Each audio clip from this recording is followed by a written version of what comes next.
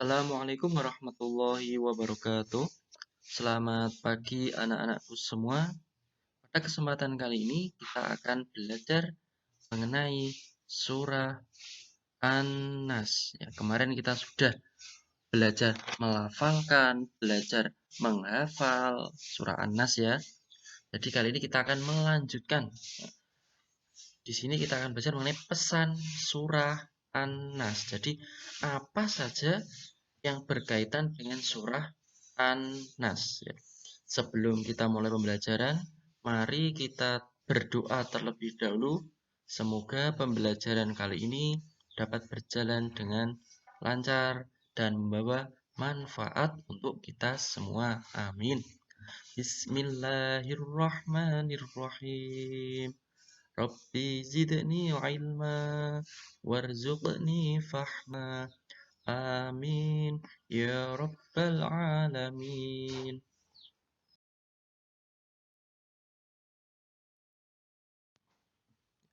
Untuk tujuan pembelajaran yang diharapkan ya, setelah kalian mengikuti pembelajaran ini, yaitu kalian akan mengetahui pesan surah An-Nas. Jadi apa saja yang berkaitan dengan surah An-Nas nanti diharapkan kalian dapat mengetahuinya. Seperti itu ya.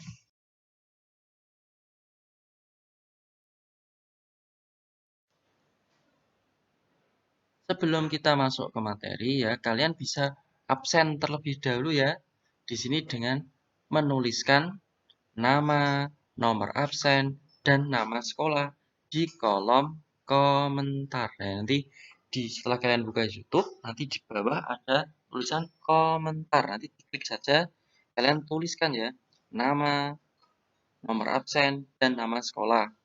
Contohnya seperti ini ya. Nah, misalnya namanya Andi ya.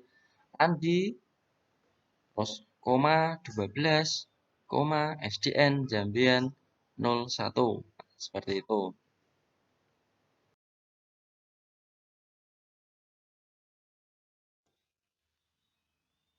Kita melanjutkan untuk pembahasan materi pada kali ini, yaitu pertama pesan surah An-Nas. Jadi surah An-Nas ini merupakan surah penutup di dalam Al-Quran.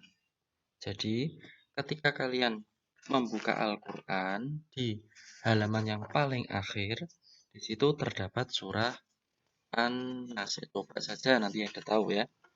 Terus di sini ada angka 114, ada angka 6, ada tulisan manusia dan lain-lain. Nah, ini apa? Ya, kita akan mempelajari ini yang berkaitan dengan surah An-Nas.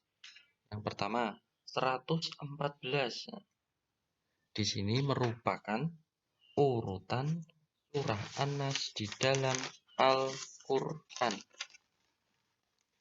Jadi ketika surat An-Nas berada di urutan yang terakhir dan berada di urutan 114, berarti jumlah surat dalam Al-Quran itu ada 114.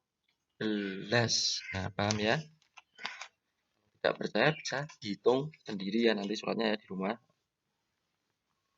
Untuk selanjutnya, 6. Ini merupakan jumlah ayat yang terdapat di dalam surah An-Nas. Kemarin kita sudah menghafalkan. Nah, itu jumlahnya ada 6 ayat.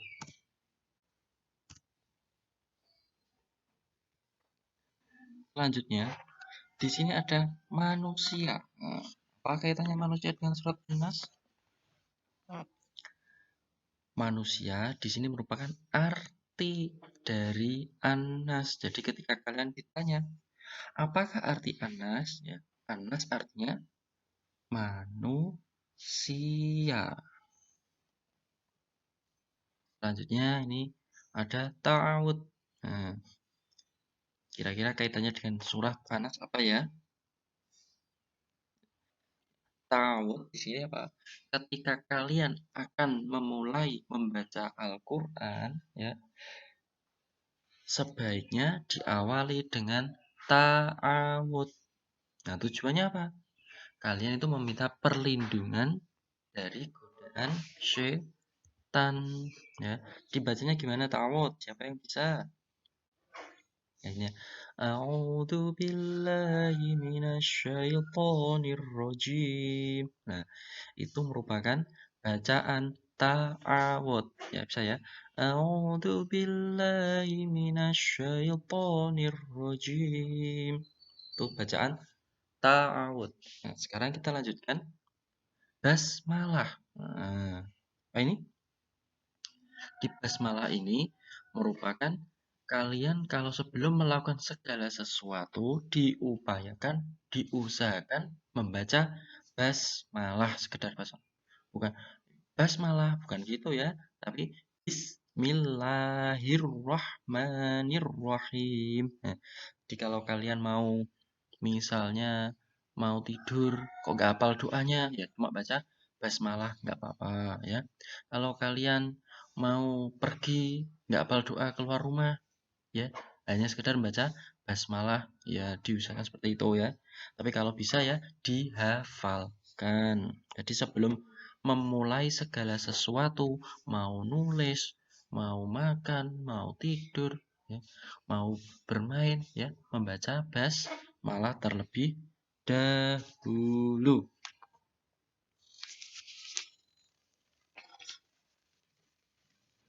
Untuk selanjutnya, ya, Makiyah. Nah, ini merupakan golongan surah. Jadi surah An-Nas ini mengapa disebut surah Makiyah?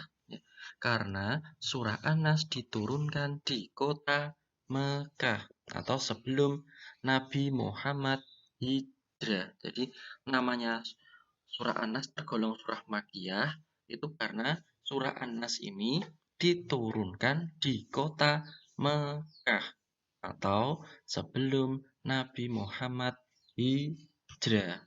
Paham ya? Anas dan Al-Falaq kok bergandengan, kenapa? Anas dan Al-Falaq. Apa seperti itu? Ya.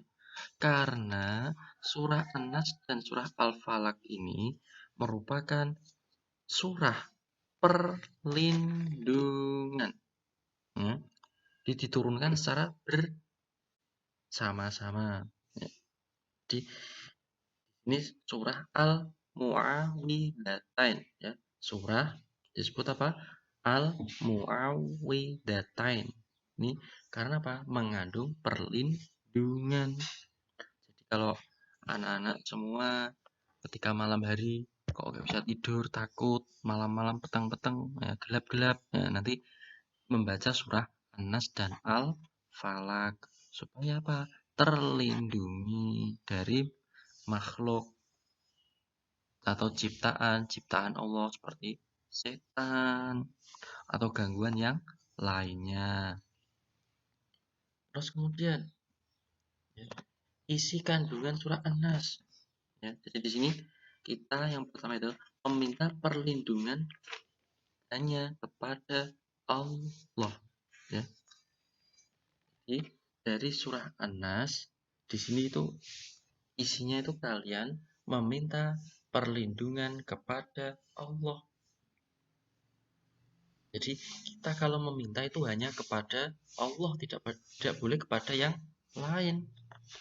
Minta perlindungan dari apa? Dari kejahatan setan yang selalu membisikkan ya hal-hal yang buruk ke dalam dada manusia.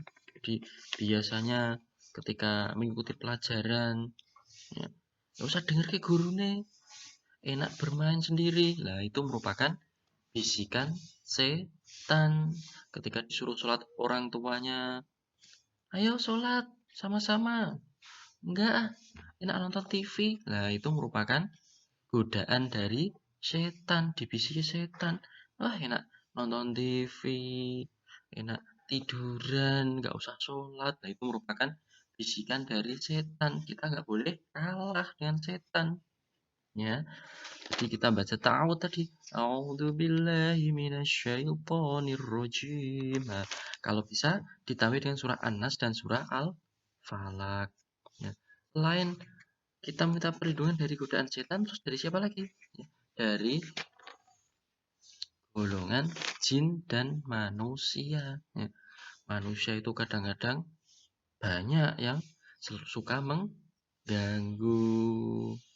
Ya, jika orang merasa iri, ya dia pasti akan mengganggu, merasa tidak senang kepada kita. Jadi, pesan dari surah Anas itu seperti itu.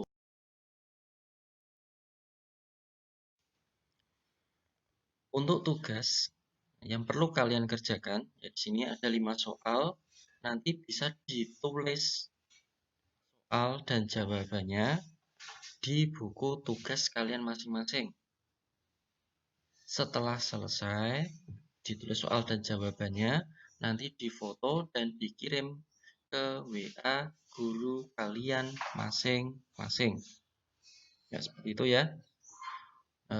Demikian pembelajaran kali ini. Semoga bermanfaat. Apabila ada kekurangan dari guru, ya, saya minta maaf. Mari kita akhiri pembelajaran kali ini dengan bacaan hamdalah bersama-sama. Alhamdulillahirabbil alamin. Wassalamualaikum warahmatullahi wabarakatuh.